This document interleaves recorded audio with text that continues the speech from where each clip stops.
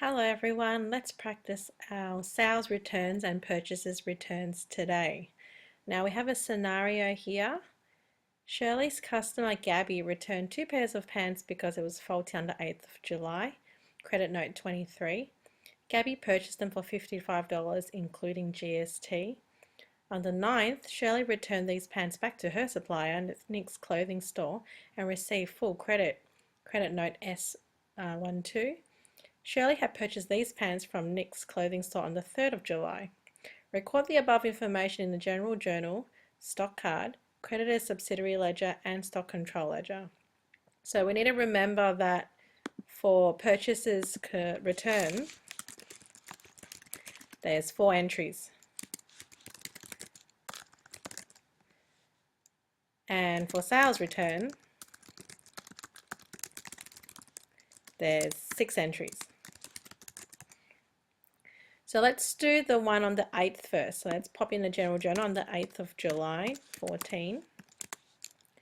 Now this is Gabby, our customer, returning back to us. So that would be a sales return. So there's 6 entries. So we have to learn our entries. It's sales return, GST clearing. You can just memorize these. Debtors control, Gabby. We're getting stock back, so stock control increase and cost of sales. So it's always 6, and that's when the amounts. Let's see, so $55, purchase them for $55 each, I believe. I didn't put each, so that would be 110. And then 110 for subsidiary, $110 and $100. Now it doesn't say how much we bought them for originally, the cost price. So if we scroll down, we've got a stock card here, and the last thing we sold was $25. So we assume that was it.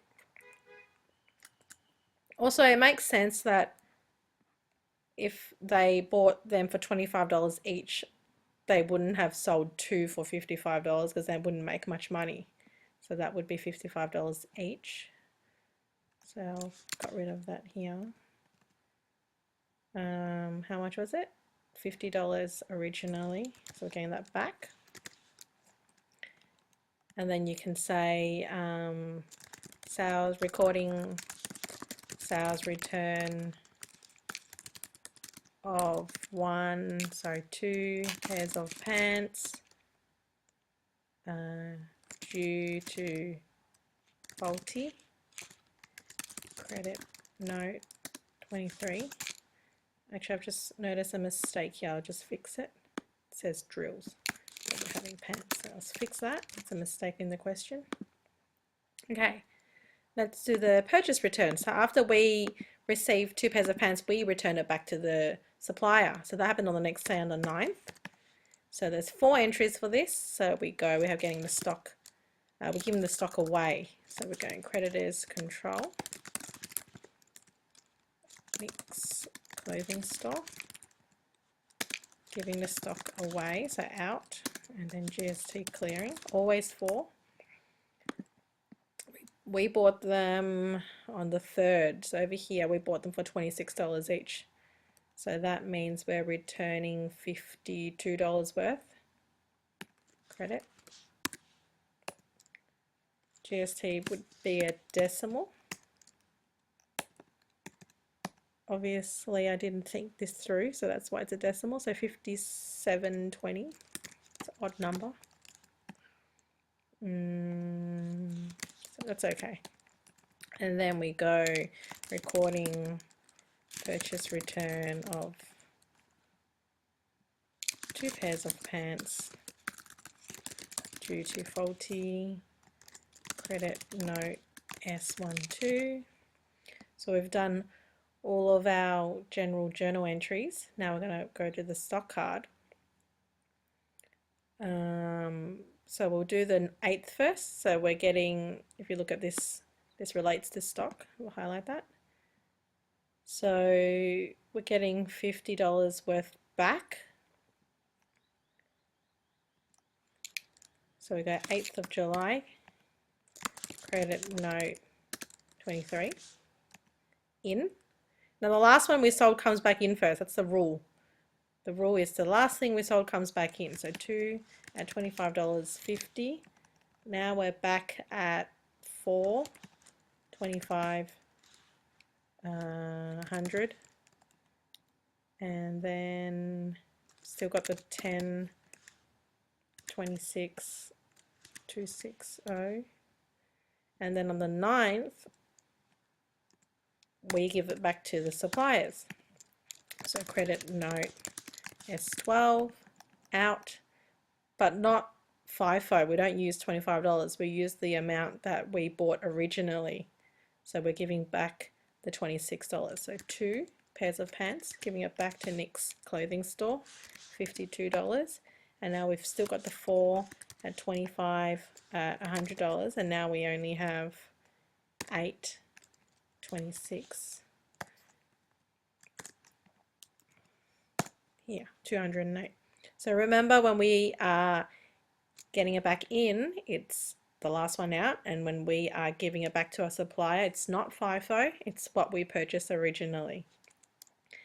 Now if we look at the ledgers, the first time we interact with Nick's clothing store, this is assuming we don't have an opening balance. So assuming that the first time we interacted with was the purchase, so we go 3rd of July, we purchased 26, so stock control, GST clearing, drag that out, and we bought 260 plus GST, so 260 plus, so bought that much. But then on the 9th we had a return. Now remember, subsidiary ledgers we use the actual dates, and for general ledgers we use the last day of the month. So now to do a return, it's simply the reverse. If you look up here, we're posting from here.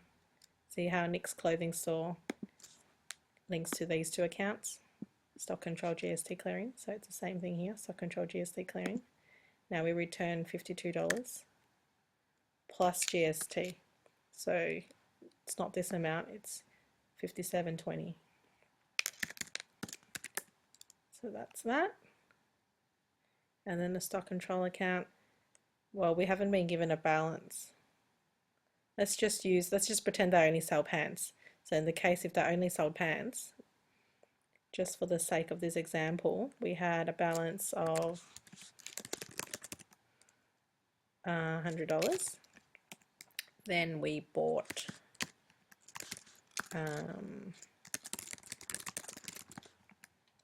$260 from Nick's clothing store. Then we sold, oops, I make a mistake. So it's because this is a general ledger, you have to put the last day of the month. So then we made a sale into cost of sales. Sale, we sold $50 worth, all at cost price for stock control. And then we had the sales return, so we're getting it back in 31st of July. If you look up here, if you're not sure, it's actually paired up with, see these two figures, they're paired up with cost of sales. So we're going to put cost of sales, $50. It's actually like the reverse of this one because we're getting it back. Then we give stock back at $52 back to Nick's clothing supply, so we credit as control, and that's done. So that's how you do a return.